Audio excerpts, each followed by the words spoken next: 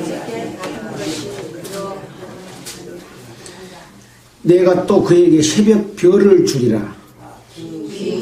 자는 성령이 그에게 하시는 말씀을 듣겠죠. 계시록 3장입니다. 사대 교회의 사자에게 편지하기를 하나님의 7영과 7별을 가진 이가 가라사대 내가 네 행위를 아노니 네가 살았다 하는 이름을 가졌으나 죽은 자로다. 너는 일깨워 그 나무가 죽게 된 것을 굳게 하라. 내 하나님 앞에 내 행위에 온전한 것을 찾지 못하였느니 그러므로 네가 어떻게 받았으며 어떻게 들었는지 생각하고 지키어 회개하라. 만일 일깨지 아니하면 내가 도적같이 이르리니 어느 시에 내게 임하는지 네가 알지 못하리라. 그러나 사대에 그 옷을 더럽히지 아니한 자 몇 명이 네게 있어 흰 옷을 입고 나와 함께 다니리니 그들은 합당한 자니라. 이기는 자는 이와 같이 흰 옷을 입을 것이요 내가 그 이름을 생명책에서 반드시 흐리지 아니하고 그 이름을 내 아버지 앞과 그 천사들 앞에서 시인하리라. 귀 있는 자는 성령이 그들에게 하시는 말씀을 들을지어다. 네, 오늘은 3장 6절까지 읽어보겠습니다. 반갑습니다. 달력이 안 넘어갔네요. 오늘이 11월 4일이죠. 예. 우리는 지금 요한계시록을 공부를 하고 있습니다. 지난 주일에는 버가모 교회에 보내는 예수님께서 보내시는 말씀을 우리가 함께 배웠지 않습니까? 이 버가모 교회의 핵심적인 내용은 무엇입니까? 날선 검, 좌우에 날선 검을 가지시는 이가 가라사대라고 말하면서 버가모 교회에 발람의 교훈을 지키는 자들이 있다. 그래서 또 이와 같이 니골라당의 교훈을 자들이 있다. 회개하지 아니하면 내가 속히 임해서 내 입의 검으로 그들과 싸울 것이다 라는 말씀을 했습니다. 그래서 그 발람의 교훈이 무엇인지에 대해서 우리는 또 구약 성경에서 발람의 교훈을 자세히 살펴봤죠. 발람은 하나님의 선지자로서 발람이 축복하면 축복이 내려지고 또 저주를 하면 저주가 내려지는 그런 하나님과 교통하고 하나님의 쓰임을 받는 그런 선지자였습니다. 그래서 이스라엘 백성들로부터 위기에 처한 발락 왕이 발람 선지자를 불러서 이스라엘 백성을 저주하라고 했을 때 발람은 하나님이 말씀해 주신 그 명령을 그대로 따르는 것처럼 보였습니다. 그런데 자꾸 발락 왕이 제시하는 어떤 돈과 권력과 부귀 영화 모든 것을 너에게 주겠다라고 하는 그 유혹에 넘어가서 사실은 이 구약성경에 기록된 말씀 가운데서는 발람이 하나님의 명령을 어겼다는 내용을 찾기가 쉽지 않습니다. 하나님께서 명해 주신 말씀 그대로를 했지만 뒷거리를 통해서 이스라엘이 어떻게 하면 멸망할 수 있는지를 싹쓸 받고 알려주는 내용이 신약 성경을 통해서 그것을 우리에게 들춰주고 있잖아요. 그래서 결국은 이스라엘 백성들이 간음하게 하고 우상을 섬기는 그런 범죄함을 인해서 이스라엘 백성들이 많은 멸망을 당하는 그러한 그 교훈을 우리에게 줬습니다. 이런 교훈을 줬는데 이 계시록에서 버가모 교회에 이런 발람의 교훈을 지키는 자들이 있다 라고 말씀해 주신 것은 역시 싹군 목자 자기 유익을 위해서 겉으로 보기에는 하나님의 말씀을 잘 가르치고 또 실천하고 말하고 그렇게 보이지만 저 밑바탕에는 마귀하고 짝짝꿍이 돼서 자기 배를 위해서, 자기 육신을 위해서, 자기 명예를 위해서, 자기 권력을 위해서 일하고 있는 선지자. 지금은 선지자가 아니라 누굽니까? 되게 목사라고 그러잖아요. 성경에는 목사는 이제 교사하고 목사, 가르치는 자의 입장이 있습니다만은 지금의 목사와 목사는 교회를 다스리는 그런 위치에까지 와 있는 거죠. 그래서 이런 교훈들에 대해서 우리가 그 내용이 무엇인지를 알고 그것을 지킴으로 인해서 우리가 이기는 삶, 승리하는 삶이 될 수 있도록 이 요한계시록에서는 7 교회에 어떤 교훈들을 주고 있습니다. 그래서 이기는 자에게는 감추었던 만나를 주고 흰 돌을 줄 터인데 거기에 새 이름이 기록한 것이 있다 라는 말씀을 해주셔서 우리에게 하나님께서 우리에게 주실 그 흰 돌 또 만나, 그래서 하나님의 영광 거룩함에 참여하고 우리에게 늘 주님과 함께 할 것을 이렇게 말씀해 주시는 내용을 우리가 살폈습니다. 자, 오늘은 이제 두아디라 교회에 편지하는 내용을 살펴보도록 하겠습니다. 요한계시록 2장 18절입니다. 두아디라 교회의 사자에게 편지하기를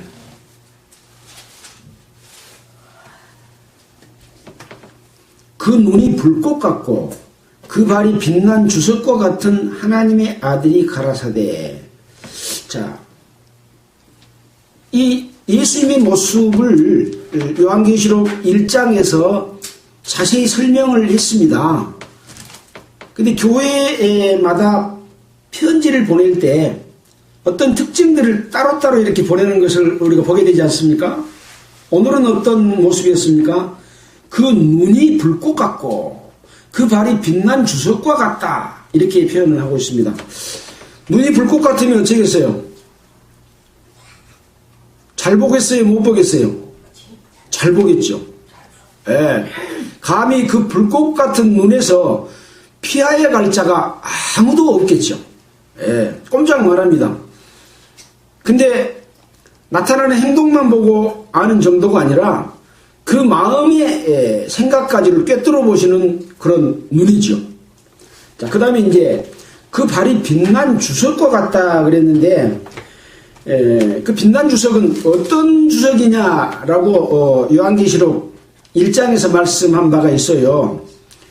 그의 발은 풀무불에 단련한 빛난 주석 같다 라고 하는 것이죠. 그래서 풀무불에 단련한 빛난 주석이면 얼마나 그 빛이 강렬할지 그런 발을 가지신 분이기 때문에 예수님의 발이 닿지 않는 곳이 있겠어요? 없겠어요? 닿지 않는 곳이 없이 낱낱이 그의 행하는 모든 일들을 다 가서 보고 아시는 그런 내용이죠. 그래서 두아디라 교회는 오늘 예수님 말씀 앞에 꼼짝 못합니다. 보겠습니다.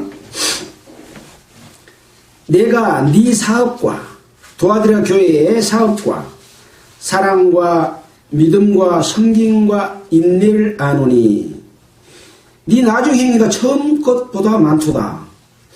이 두아디라 교회의 사업, 네 사업이라고 하면 두아디라 교회의 사업을 말하는데 항상 이 사업은 하나님의 사업이 있고 마귀의 사업이 있습니다. 누구의 사업이겠습니까? 두아디라 교회가 행하는 하나님의 사업, 교회마다 각기 그 하나님의 말씀을 실천하는 데 있어서 조금씩 다르긴 하겠죠. 그 사업, 그리고 사랑,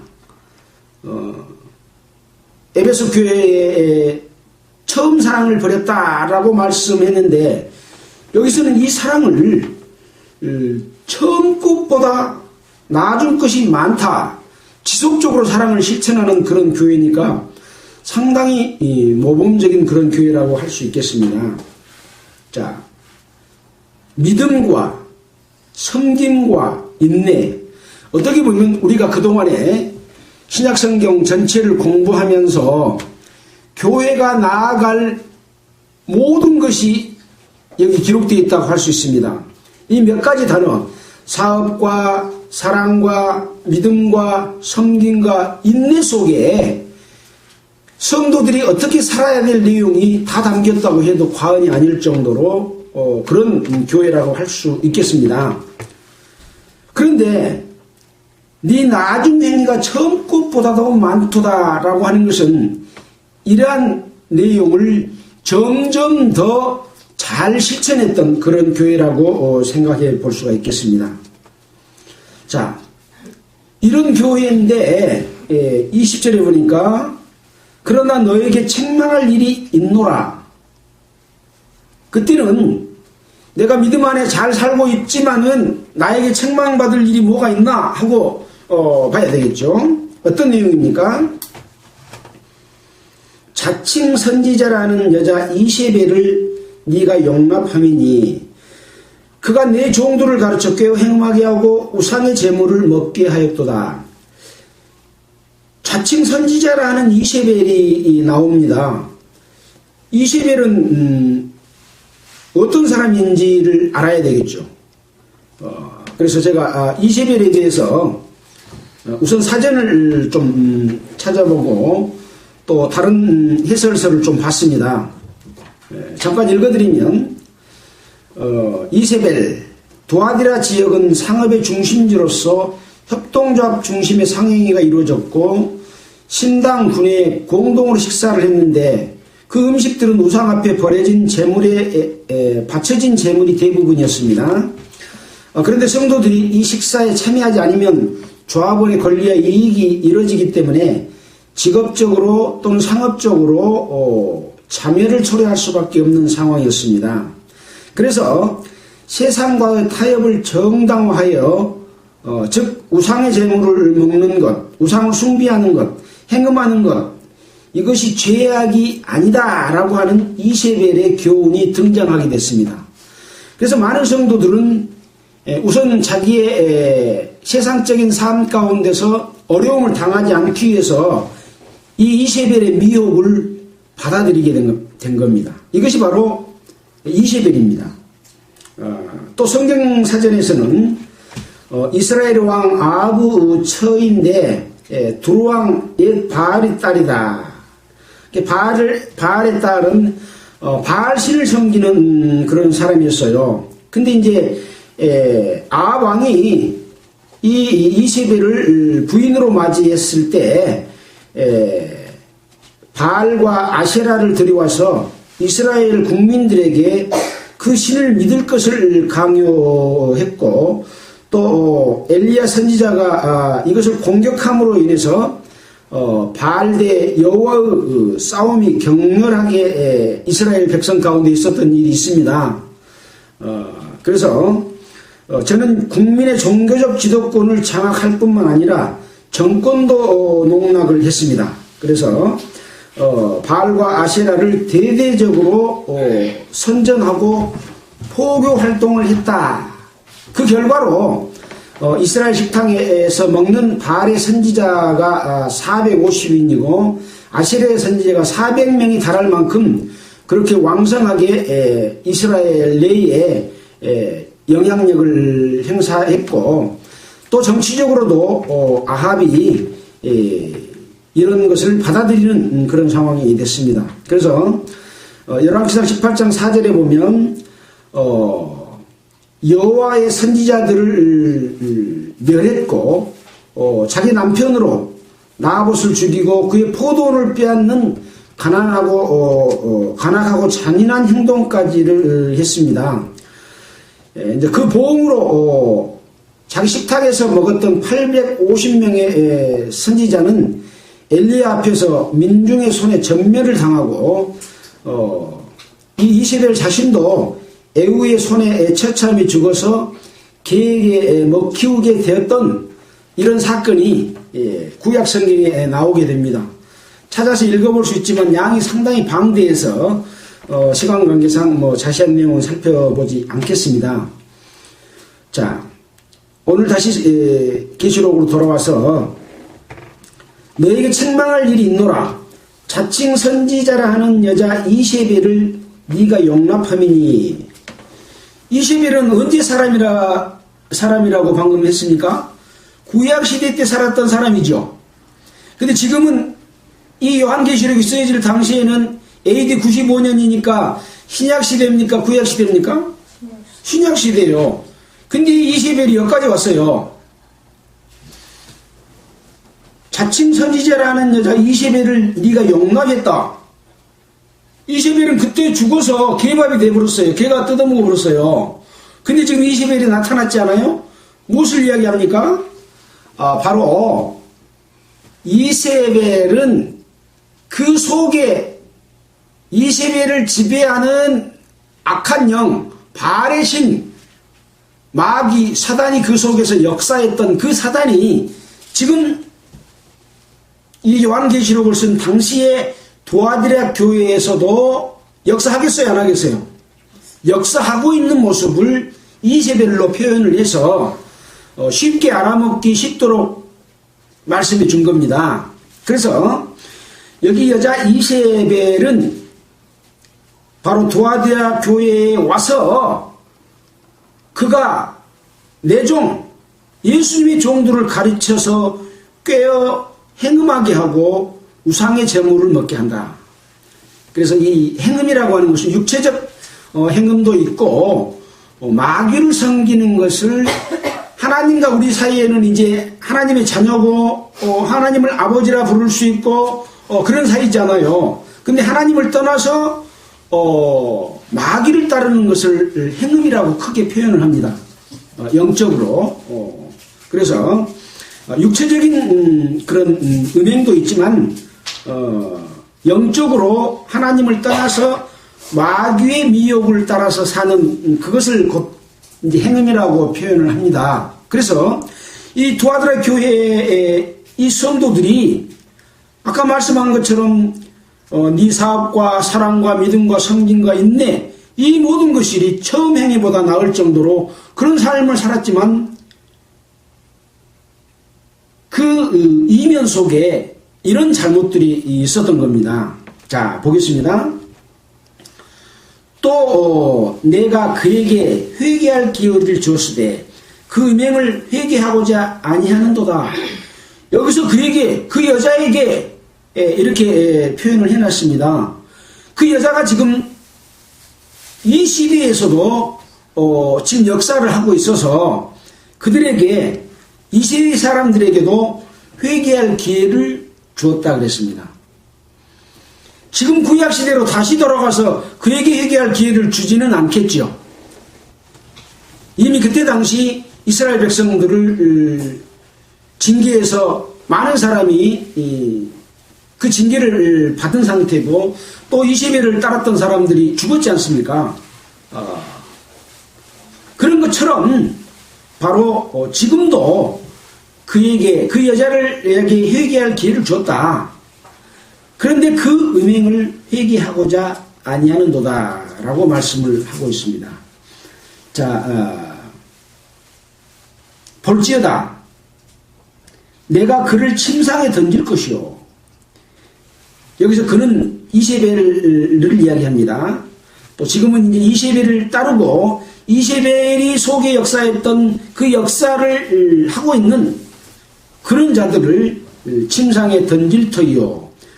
그로 더불어 이세벨로 더불어 간음하는 자들도 만일 자기들의 행위를 회개치 아니하면, 여기서 그의 행위라 했는데 이것은 이 행동을 하는 사람들의 행위를 회개치 아니하면 큰 환난 가운데 던지고라고 말씀을 하고 있습니다.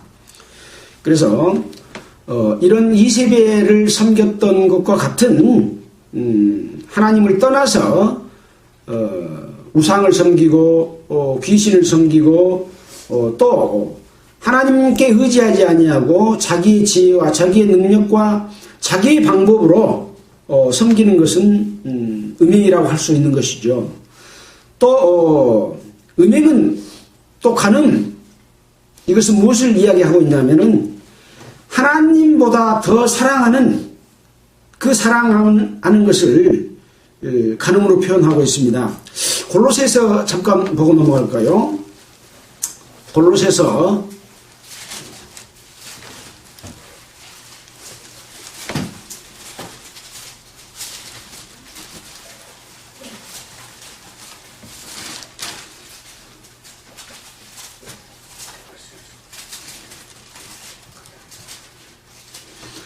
골로새서 3장 5절에 보면 그러므로 땅에 있는 지체를 죽이라 곧 음란과 부정과 사욕과 악한 정욕과 탐심이니 탐심은 우상숭배니라 그랬잖아요. 그래서 이 탐심 마음으로 욕심을 내는 것 자체를 우상섬김이라고 이야기하고 있습니다. 그래서 그것은 곧 위에 기록한 자기 욕심을 따라서 육체의 욕심을 따라서 사는 음란과 부정, 바르지 못한 것, 또 개인적인 욕심, 또 악한 정욕, 이런 모든 것들이 다 탐심에서 나오는 것이고 곧 그것이 우상섬김이다 라고 할 수 있는 것이죠. 다시 계시록으로 넘어오겠습니다. 그래서 그런 행위를 회개치 아니하면 큰 환난 가운데 던지겠고라고 말씀을 하고 있습니다. 또 내가 사망으로 그의 자녀를 죽이리니 모든 교회가 나는 사람의 뜻과 마음을 살피는 자인 줄 알리라. 그래서 이런 잘못된 범죄를 하면 그와 함께 연결된 믿음으로 낳은 자녀들 또 함께 하고 있는 자녀를 죽이리니 모든 교회가 나는 사람의 뜻과 마음을 살피는 자인 줄 알리라. 아까 도하대 교회의 처음 모습이 어떤 모습이었다고 그랬습니까? 눈이 불꽃 같고 그 불꽃 같은 눈으로 모든 교회가 나는 사람의 뜻과 마음을 살피는 자인 줄 알 것이다. 그래서 사람은 속여도 자기 자신은 속여도 하나님은 속일 수가 없습니다. 나는 착하고 나는 항상 바른 말만 하고 바른 행실만 하고 저 사람은 어떻고 저쩌고 이야기하지만 하나님은 자기 마음속에 있는 것까지를 다 살피기 때문에 네 속에 잘못된 것이 무엇인가까지도 다 살펴요. 겉으로 드러난 것만 봐가지고 알 수 있겠어요? 사람들은 모르지만 하나님은 불꽃 같은 눈으로 네 마음을 다 살피고 있다. 네 탐심까지도 살피고 있다. 네 자신을 높이고 남을 무시하고 사랑을 실천하지 않고 미워하고 이런 것까지도 다 보신다. 그 보시는 눈으로 잘한 것은 칭찬하고 잘못한 것은 벌을 주게 될 것인데 이것이 지금으로서 끝난 벌이 아니라 영원히 지속돼서 그때 가서는 후회해도 소용이 없는 그런 행위이기 때문에 어쩌라고 지금 살핀다고 미리 알려주는 거예요? 처벌을 하려면은요 모른 척하고 가만히 있습니다. 그래갖고 걸려들면 탁 잡고 처벌을 하잖아요. 근데 처벌을 할 것이 목적이 아니고 그걸 고치려고 하는 목적이 있을 때는 야 네가 네 혼자서 해도 나는 네 일을 다 알고 있다 하는 것은 고치라고 말해주는 것이거든요. 자 그래서 내가 너희 각 사람의 행위대로 갚아주리라. 그러니까 두렵겠어요? 두렵지 않겠어요? 사람들은 모르는데 하나님은 내 마음에 몰래 아무도 안 보는 생각까지 다 알고 있기 때문에 그 행위대로 갚아준다고 하는 말씀이 굉장히 두려운 말씀이라고 할 수 있겠죠. 두아들에 남아있어 이 교훈을 받지 아니하고 소위 사단의 깊은 것을 알지 못하는 너희에게 말하노니 다른 짐으로 너희에게 지울 것이 없노라. 그래서 두아드라에 있는 사람들은 에베소 사람들은 그 악한 영을 분별을 잘 해가지고 사탄하고 싸울 때는 승리를 했어요, 안 했어요? 예, 승리를 했어요. 우리가 에베소 서신서에서도 보았지만은 전신갑주로 무장하고 하나님의 말씀으로 방패 삼아서 성령의 검으로 싸워서 이겨가지고 이 계시록에서도 그 거짓된 것을 내가 드러낸 것과 이렇게 분별을 했는데, 이 두아디라 교회에는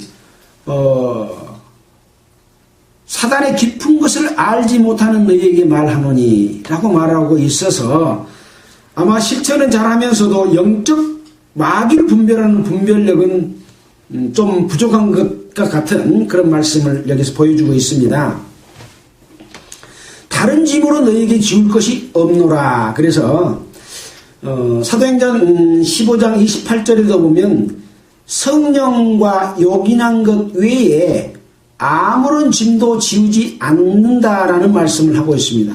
그래서 하나님께서는 사람들에게, 믿는 자녀들에게, 성도들에게 이것저것 많은 짐을 짐겨 주지는 않습니다. 다만 어떤 것을 분별하고 거기에서 거기에 빠져들지 않도록 하고 하나님께로부터 받은 바 있는 것을 잘 지키고 실천하는 정도만 하면 되는 거죠. 그래서 모든 것을 다 알 필요가 있는 것은 아니라고 할 수 있겠습니다. 그래서 다른 짐으로 너에게 지울 것이 없노라. 다만 너희에게 있는 것을 내가 올 때까지 굳게 잡으라. 지금 너희에게 있는 것이 무엇이겠습니까? 첫째는 믿을 때, 죄사함을 받을 때 얻은 성령이죠. 또 그 성령으로서 행했던 삶이죠. 사업과 사랑과 믿음과 섬김이죠.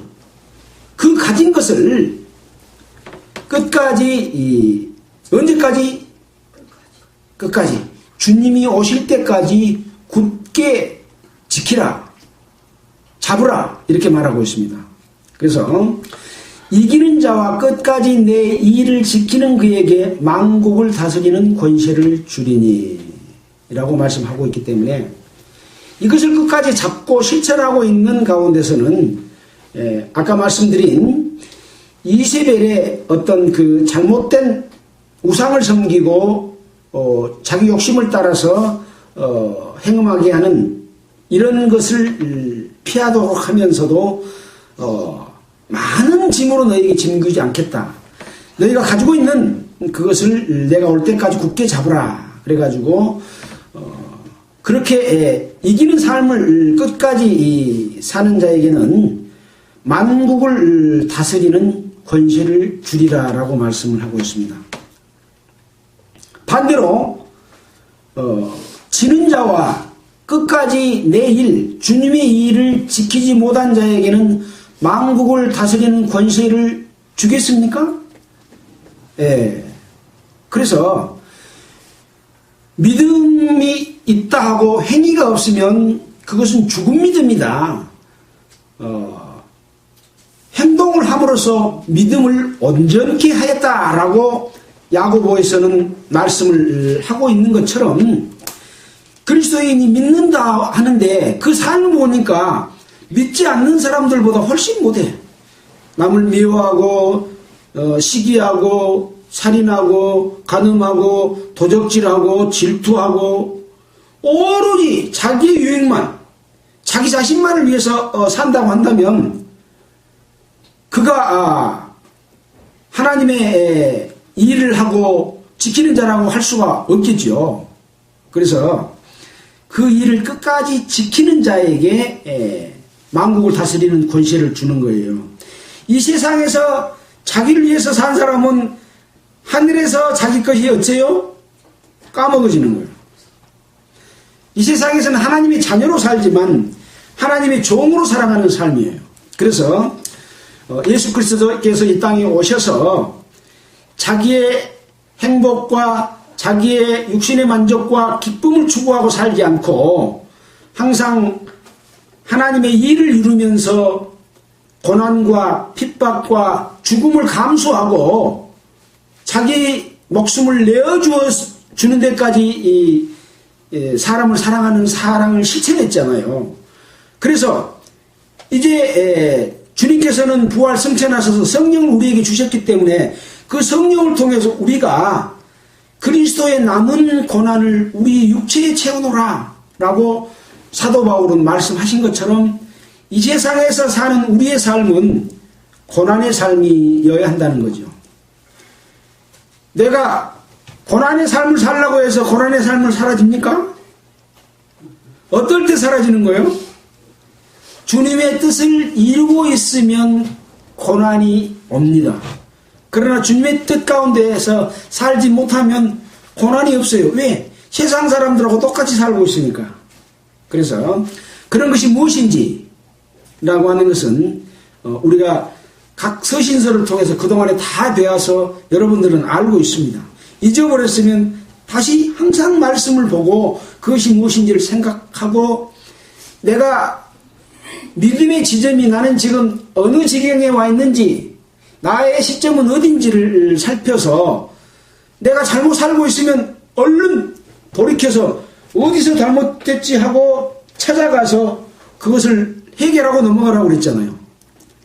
에베소 교회에서 그랬습니까? 서만학교에서 그랬습니까? 에베소 교회에서 그랬죠. 너의 처음 사랑을 버렸느니라. 그러므로 어디서 떨어진 것을 생각하고 회개하여 처음 행위를 가지라. 만약에 회개치 아니하면 촛대를 옮겨버리겠다. 이렇게 말씀을 하고 있기 때문에 항상 우리는 주님이 우리와 함께하는 삶 가운데서 있어야 된다라고 하는 것을 교훈해주고 있는 말씀이죠. 자, 그렇게 해서 이기는 자에게는 만국을 다스리는 권세를 주시겠다고 말씀을 하고 있습니다.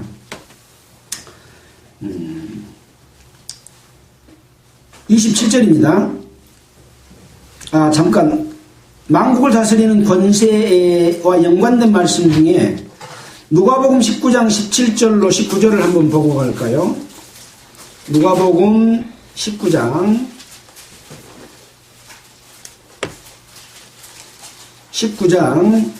17절로 19절.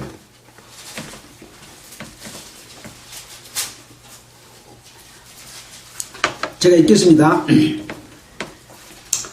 주인이 이르되 잘하였다 착한 종이여 내가 지극히 작은 것에 충성하였으니 10고을 권세를 차지하라 하고 또 그 다음에 한 문화로 5문화를 남긴 자에게는 5고을을 차지하라 하고 이렇게 그 문화를 받아서 문화로 남겼던 일을 남겼던 자들에게 몇 고을 다스리라 10고을 다스리라 5고을 다스리라 했던 것처럼 여기 만국을 다스리는 권세를 주리니라고 하는 것도 그 사람이 믿은 이후에 어떠한 삶을 살았느냐에 따라서 그 만국을 다스리는 권세의 범위가 같겠습니까? 틀리겠습니까?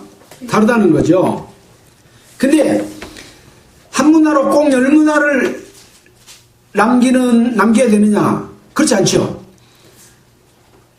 한 문화로 5문화를 남긴 자에게도 똑같이 5문화의 그 다스리는 권세를 줬잖아요. 그래서 이 권세라고 하는 것은 자기가 받고 자기가 행할 수 있는 그 능력만큼 주시는 것이기 때문에 걱정할 필요는 없다. 다만 작은 것 하나라도 실천을 하느냐 하지 않느냐라고 하는 것이 중요한 말씀이다라는 것을 알 수가 있습니다. 자, 27절입니다. 그가 철장을 가지고 저희를 다스려 질그릇 깨뜨리는 것과 같이 하리라. 나도 내 아버지께 받은 것이 그러하니라. 그래서 굳게 잡지 않는 자들 또 끝까지 내 일을 지키지 않는 자들 그런 자들은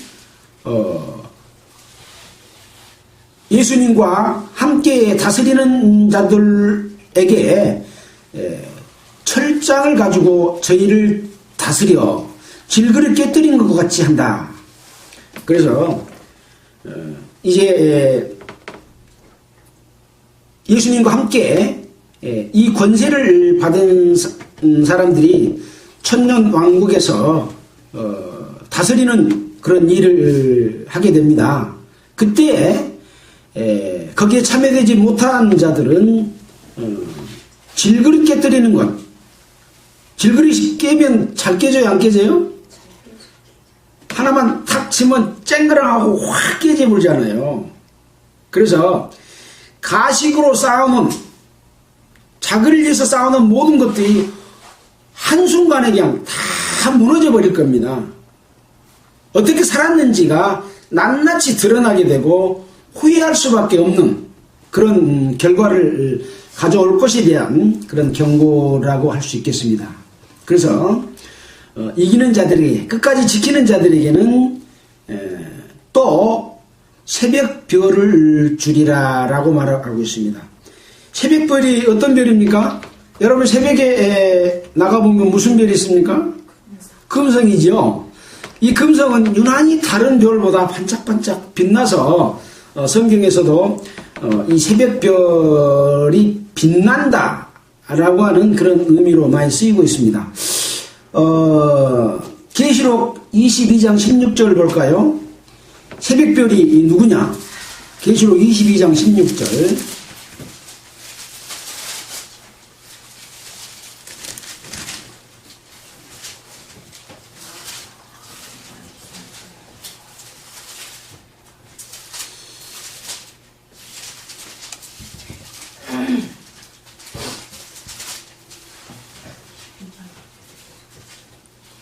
자, 계시록 22장 16절에 보면 나 예수는 교회들을 위하여 내 사자를 보내어 이것들을 너희 중에 너희에게 증거하게 하였노라. 나는 다윗의 뿌리요 자손이니 곧 광명한 새벽별이니라 별이라 하시더라. 여기는 지금 예수님을 가리켜서 말씀하신 내용에 나 예수는 광명한 새벽별이라 하시니라. 자, 오늘 지금 요한계시록 2장 28절에 내가 또 그에게 새벽별을 주리라. 누굽니까? 광명한 새벽별인 예수 그리스도입니다. 그래서 우리는 예수 그리스도와 함께 새벽별입니다. 광명한 새벽별입니다. 누가? 이기는 자, 끝까지 지키는 자. 아까 그렇습니다. 근데 어떤 사람은 이 광명한 새벽별이 되지 못하고 앞에가 구름이 싹 끼어버렸어. 새벽별을 못 받을 사람도 있다는 거죠. 그런 내용은 또 연관된 말씀을 통해서 또 뒤에서 찾아보도록 하겠습니다. 귀 있는 자는 성령이 교회들에게 하시는 말씀을 들을지어다. 이 말을 알아먹으래 말이요. 우리는 성경에서 기록된 말씀들을 이해하는 데 있어서 억지로 성경을 풀어서는 안 된다는 것을 우리는 너무나 잘 알고 있습니다. 그래서 이런 내용을 볼 때 있는 그대로 또 성경 안에서 확실하게 알 수 있는 부분들을 들춰내서 살펴보는 것은 중요합니다. 그러나 항상 여기에 나와 있는 그대로를 이해하는 것이 더욱 중요하다. 그래서 끝까지 내 일을 지키는 그에게는 만국을 다스리는 권세를 주겠다. 있는 그대로잖아요. 또 남아있는 그들에게는 질그릇 깨는 것 같이 할 것이다. 또 새벽별을 주겠다. 근데 새벽별이 뭔가 찾아봤더니 예수님이 광명한 새벽별이다 라고 말씀했던 이런 내용들을 우리가 그대로 있는 그대로를 아는 것이 굉장히 중요하다. 자기에게 유리한 대로 생각해서 피해가면 안 된다. 자, 이제 3장입니다. 사대교회 사자에게 편지하기를 하나님이 7 영과 7 별을 가진 이가 가라사대. 여기 7 영은 하나님의 7이라는 것은 하나님의 숫자입니다. 하나님이 영으로서 일하고 계심을 의미합니다. 7 별은 무엇입니까? 7 별은 아까 뭐라 그래서 1장에서 천사, 7 천사라 그랬잖아요. 하나님이 7 천사를 가지고 일을 하시는 거죠.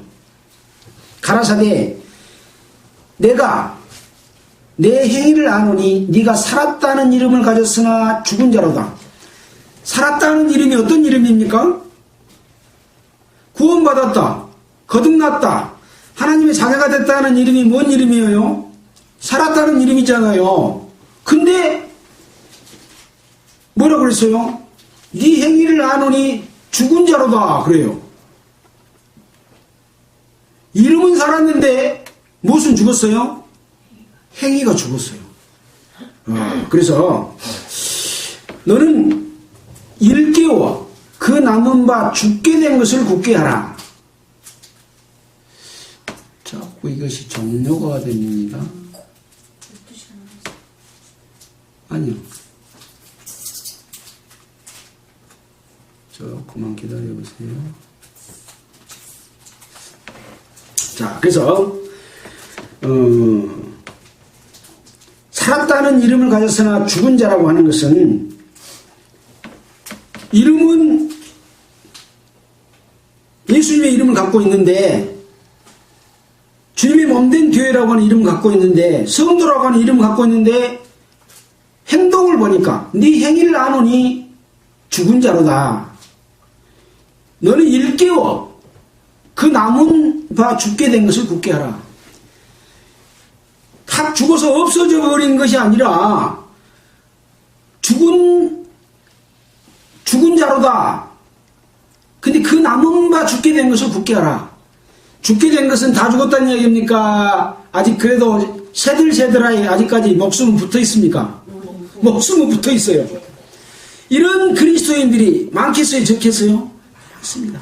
그래서 그 남은 바 죽게 된 것을 그나마 굳게 하라. 아까 저기 위에서도 도아디라 교회에서도 너희에게 있는 것을 내가 올 때까지 굳게 잡으라 그랬잖아요. 그 있는 것을 네 남은 것을 죽게 된 것을 굳게 하라. 내 하나님 앞에 내 행위에 온전한 것을 찾지 못하였노니. 그러니까 사대교회의 성도들은 이름은 하나님의 자녀고 백성이고 그리스도인들이었지만 거의 행동으로서는 그 행위에 온전한 것은 예수님 앞에 찾지 못할 정도로 부족했던, 거의 없었던 그런 모습을 지금 질책을 하고 있습니다. 책망하고 있습니다. 그러므로 네가 어떻게 받았으며 어떻게 들었는지를 생각하고 지켜 회개하라. 여러분, 어떻게 받았습니까? 어떻게 들었습니까? 우리가 알지 못했을 때는 이 세상의 풍속을 쫓아서 살았지만은 우주 만물을 창조하신 하나님이 살아계시고 역사하시고 예수 그리스도께서 이 땅에 오셔서 우리를 위해서 십자가에 돌아가심으로 말미암아 우리를 용서하여 주셨다는 것을 알 때 얼마나 감사하고 기뻤습니까? 그 처음 들었던 그것을 어떻게 들었는지 어떻게 받았는지를 생각하고 그것을 지키는 거예요. 그때 그 구원 처음 받았을 때 그 기쁜 마음과 감사함과 흘리는 눈물, 그 첫사랑, 그때 성령이 우리 속에 다 오셔서 우리가 그리스도의 마음을 갖게 됐잖아요. 그것을 지켜 회개하라는 거죠. 근데 지금 보니까 그것을 지키기는커녕 거반 죽게 되었다. 사마리아에 지나가는 그 행인이 거반 죽게 되었잖아요. 두들겨 맞아가지고. 그런 것처럼 마귀한테 두드러 맞아서 자기 욕심이 끌려서 살다 보니까 거의 죽게 됐어. 네 행위를 보니까 이름은 살았다는 이름인데 죽은 자로다 할 만큼 그런 자들이다. 그 남은 바 죽게 된 것을 그나마 지켜라. 어떻게? 첫사랑을 받았을 때, 구원을 받았을 때 네가 어떻게 들었으며 어떻게 받았는지를 생각하고 그것을 일깨어서 돌이켜 회개하라. 만약에 일깨지 아니하면 내가 도적같이 오겠다. 도적같이 온단 말은 어떤 말입니까? 가르쳐주고 온단 말입니까? 안 가르쳐주고 온단 말입니까? 안 가르쳐주고 와요. 도적이 가르쳐주고 오면 딱 방어해버리잖아요. 근데 성경에 보면 깨어있는 자들은 도적같이 와요 못와요? 항상 준비하고. 예, 도적같이 오지 못한다. 너는 그때를 안다라고 제가 그 관련 구절은 찾지 않겠습니다만 그렇게 되어 있기 때문에 깨어있어서 항상 주님과 동행하고 있으면 주님의 뜻 가운데 살고 있으면 도적같이 안 옵니다. 도적같이 온단 말은 갑자기 온단 말이기도 하고 한 가지는 네 가진 것을 도적한테 뺏길 것이다. 그때는 축복이 아니라 심판이다. 그런 의미도 있겠죠. 도적이 오면 우리 집에 좋은 거 가져가 버려요? 안 가져가요? 가져가 버리잖아요. 내 속에 가장 좋은 것이 무엇입니까? 주님으로부터 받은 영원한 생명, 영생, 또 아까 새벽별과 같은 빛나는 어떤 그 영광이 우리에게 주어질 건데 그런 모든 것들이 도적이 가져가 버리면 있겠어요? 없겠어요? 그래 도적같이 온다고 하는 말씀. 두 가지 의미가 있어요. 갑작스럽게 예기치 못할 때 오는데 너는 그것을 뺏길 것이다 라는 의미가 있는 것이죠. 그래서 어느 시에 내게 임하는지 네가 알지 못하리라 라고 말씀하고 있습니다. 그러나 사대에 지금 사대교회 말하고 있잖아요.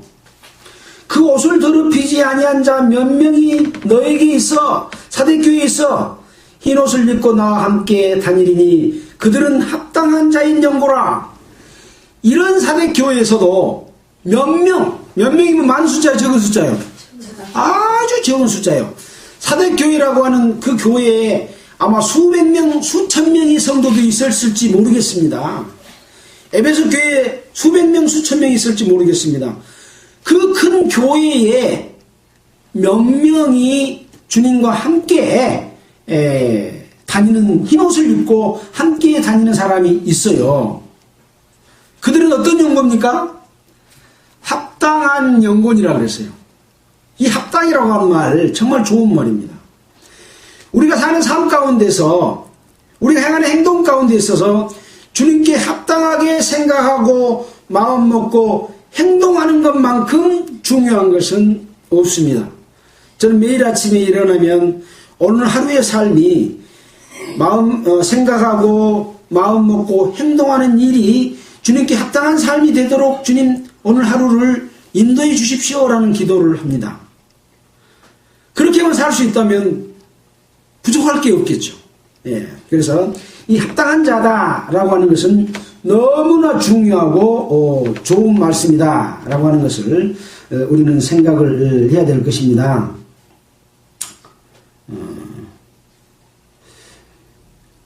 이기는 자는 이와 같이 흰옷을 입을 것이요 내가 그 이름을 생명책에서 반드시 흐리지 아니하고 그 이름을 내 아버지 앞과 그 천사들 앞에서 시인하리라.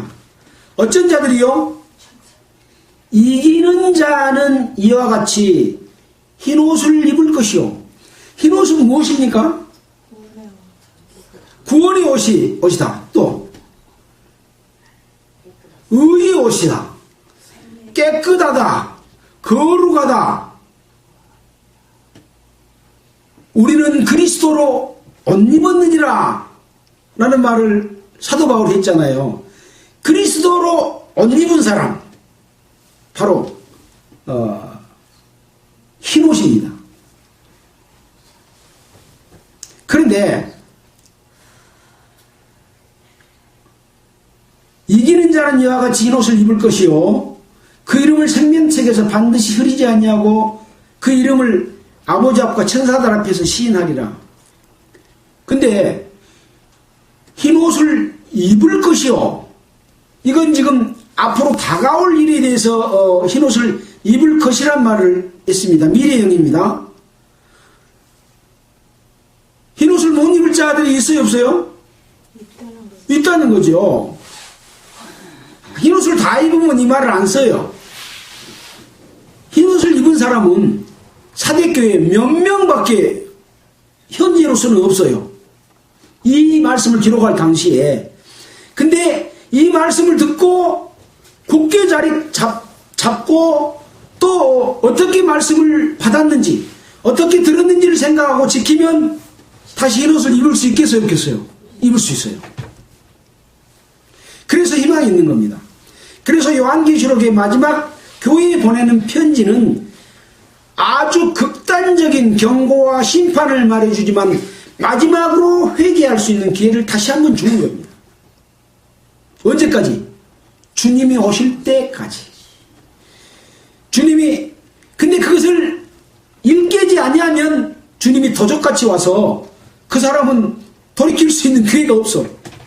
내일 돌이키려고 했는데 주님이 오늘 오셔본다 이 말이에요. 예. 아무리 후회해도 소용이 없는 그런 날이 올 것이다. 자, 흰옷을 입지 못한 자들은, 여기 보면 흰옷을 입은 자들은 생명책에서 반드시 흐리지 아니하고, 흐리지 아니하면 생명책의 이름이 어쩌겠어요? 또렷하게 기록되어 있을 겁니다. 제가 지난주엔가 저지난주엔가 생명책 이름을, 우리 이름을 다 기록해 놨겠냐, 예수 이름 속에 들었지 않겠냐 생각했더니 아닌 것 같아요. 제가 생명책을, 사전을 쭉 찾아봤더니 각각의 이름이 기록된 것을 다시 한번 살펴보게 됐습니다. 지난번에 했던 말은 취소하겠습니다. 그래서 그 이름이 흐리지 아니하고 어쩐다고요? 아버지 앞과 그 천사들 앞에서 예수님께서 시인해 주십니다. 대변해 주셔요. 그의 삶을. 그래서 우리가 마지막 심판 때는 그리스도인들이 어떻게 살았는가에 대해서 의의 심판을 받게 되고, 구원받는 자들의 심판을 받게 되고, 한 심판은 백보자 심판으로서 지옥 갈 사람들을 심판하는데 그 사람이 어떻게 살았는지에 따라서 벌이 각기 다릅니다. 그러면 이 지상에 공평치 못한 모든 법과 삶, 또 몰래 행한 죄, 악한 것, 이런 것이 다 공평해지겠어요? 아니지겠어요? 공평해지죠. 이 세상에서는 공평이 실행되지 않습니다. 정의가 실행되지 않습니다. 이름만 정의요, 이름만 공평인데 이 두 가지 심판을 거치게 되면 구원받는 사람도 하나님 앞에 공평하게 될 것이고, 구원받지 못한 지옥에 가는 사람도 공평하게 될 겁니다. 벌도 공평하게 받아야 되잖아요. 그래서 이 세상에서도 죄의 양에 따라서, 죄의 정도에 따라서 죄의 양이 각기 다릅니다. 형량이 다르죠. 그래서 여기 있는 말씀처럼 그 천사들 앞에서 시인해주고 아버지 앞에서 시인해줌으로 말미암아 생명책에서 이름이 흐리지 않는 모든 사람이 되기를 바라는 거죠. 생명책에서 흐려지는 사람이 있어요. 흐리다 못해 지워지는 사람이 있을까요, 없을까요? 없겠습니까? 자, 그래서 제가 좀 찾아봤습니다.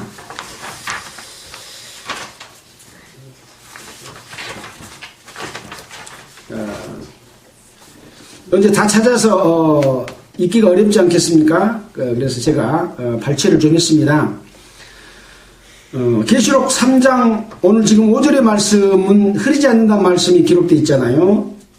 자, 또 계시록 22장 19절에는 만일 누구든지 이 책의 예언의 말씀에서 제하여 버리면 하나님이 이 책에 기록된 생명나무와 및 거룩한 성에 참여함을 제하여 버리리라 라고 말하고 있습니다. 또 출애굽기 32장 33절에 보면 누구든지 내게 범죄하면 그는 내가 내 책에서 지워버리리라 라고 말씀을 하고 있습니다. 또 시편 69편 28절에 보니까 저희를 생명책에서 도말하사 의인과 함께 기록되게 마소서. 다윗이 범죄하고 나같이 죄인은 생명책에서 지워버려 주십시오. 나같은 죄인은 의인과 함께 할 수 없습니다 하고 자기 자신을 하나님 앞에 간절히 돌이키면서 회개하면서 할 때 생명책에서 도말하라고 이렇게 기도한 내용까지 있습니다. 도말 되겠어요? 안 되겠어요? 네. 그래서 이렇게 돌이킨 자는 도말하지 않습니다.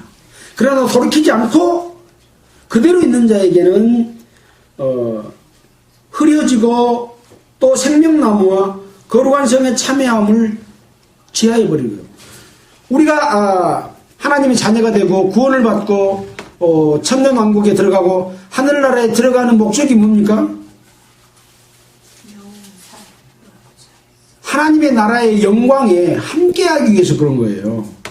우리가 땀 흘려서 일을 한 목적이 뭡니까?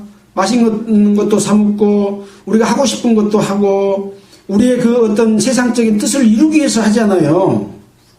근데 세상에 돈을 몽땅 벌어놨는데 그것을 하나도 이루지 못한다면 그 사람은 바보지요. 돈만 벌어놓고 하나도 쓰지도 못한 사람이 있어요. 그래갖고 결국 갈 때는 빈손으로 가잖아요. 마찬가지로 우리가 세상에서 세상 욕심을 따라 살지 않냐고 희생하고 봉사하고 사랑하고 복음을 위해서 자기 목숨까지 내어줄 만큼 그렇게 살았는데 하늘에 가서 하나님과 함께 모든 영광을 누리지를 못한다면 안 되잖아요. 근데 여기 보니까 이 책에 기록된 생명나무와 거룩한 성의 참여함을 제하해버린다. 그러면 되겠습니까? 안 되겠습니까? 그러면 안 되겠잖아요. 근데 그런 일이 있다는 거죠.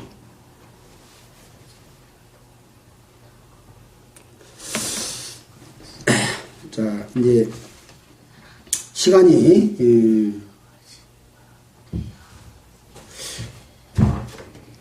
많이 지났습니다. 오늘 말씀을 좀 정리해 보면 두아드라 교회에 보내는 말씀 중에는 구원받은 이후에 두아드라 교회의 삶이 참으로 성도들로서 올바른 삶을 살았지만은 마귀가 침투하는 것을 제대로 알지 못하고 어떤 것이 범죄인지도 잘 모르고 잘못된 길로 가는 자들에게 이세벨을 들어서 돌이키도록 또 거기에 넘어가서 이세벨이 종이 되지 않도록 그렇게 책망하는 그런 내용과 함께 나는 불꽃 같은 눈으로 그것을 살피는 자다. 그래서 있는 것을 굳게 주님이 올 때까지 잡아라.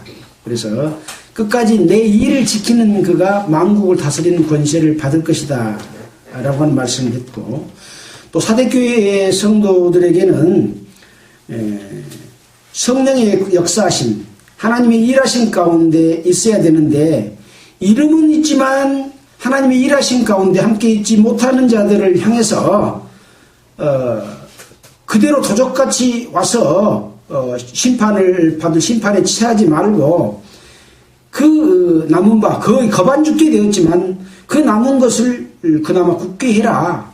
처음에 받았던 것을 어떻게 받았는지 어떤 것을 들었는지를 생각하고 회개해라. 그래서 그것을 지켜라 라고 말했고 만약에 그것을 일깨고 지키지 않으면 주님께서 도적같이 오신다. 그래서 그런 중에서도 사대교회에 몇 사람은 흰옷을 입고 예수님과 함께 합당한 삶을 사는 사람이 있었다. 그래서 그렇게 회개하고 그렇게 살게 되면 너희들도 생명책에서 흐리지 않을 것이다 라고 하는 말씀을 통해서 그렇게 하지 못하면 도적같이 오고 나의 가장 소중한 것을 도저에게 뺏겨서 주님의 거룩한 영광과 기업 가운데 참여하지 못하는 일이 있을 것이라고 하는 것을 우리에게 교훈으로 말씀해 주시면서 3장 6절 마지막 절에 귀 있는 자는 성령이 교회들에게 하시는 말씀을 들을지어다. 이 말을 꼭 써요. 요한계시록에. 왜? 말을 제대로 알아먹어라. 흘려보내지 마라. 적당히 듣고 그냥 슬쩍 한 귀로 듣고 한 귀로 흘려버리면 안 된다. 그래서 귀 있는 자는, 들을 귀 있는 자는 들어라. 들을 귀 없는 자는 듣지 마라. 그래서 하나님은 억지로 여러분을 깨우지 않습니다. 그 사람이 원하면 깨우도록 경고해주고 채찍주고 거울로서 많은 예화를 들어서 보여줬고 역사로서 보여줬습니다. 그러나 한 사람 한 사람에게 네 이리 가지 말고 이리 가, 그렇게 하지 않는다는 거죠. 발람 선지자가 자기 욕심 따라 할 때 하나님의 발람 선지자를 나귀를 통해서 길을 막기는 했지만 그 속에 하나님을 배신한 것을 딱 들춰내서 탁 쳐서 못하겠습니까? 그렇지 않았잖아요. 그래서 우리는 하나님께로 부여받은 자기 결정권, 자기 갈 길을 자기가 가는 거예요. 강제로 하지 않습니다. 그러나 주님께서는 보여주시고 따르도록 가도록 수없이 말씀하십니다. 오늘도 말씀하십니다.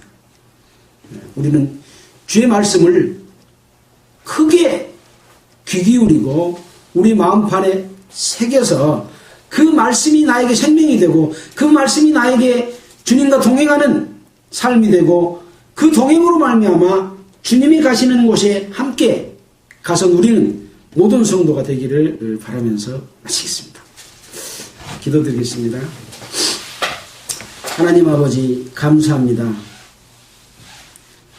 하나님의 자녀로 태어났지만 하나님의 뜻 가운데 살지 못하는 많은 사람들에게 계시록을 통해서 마지막으로 경고해주고 또 경고하고 회개하고 회개하라고 말씀하고 계십니다. 여기 함께하는 모든 사람들 하나님의 자녀로 태어나서 하나님의 자녀로 올바르게 살 수 있도록 인도해 주시기를 원합니다. 또 인터넷과 방송을 통해서 이 말씀을 듣는 모든 분들에게도 동일한 주님의 은혜가 끼쳐지기를 원하면서 우리를 보내주신 예수 그리스도 이름으로 기도드렸습니다. 아멘. 찬송가 470장 하겠습니다.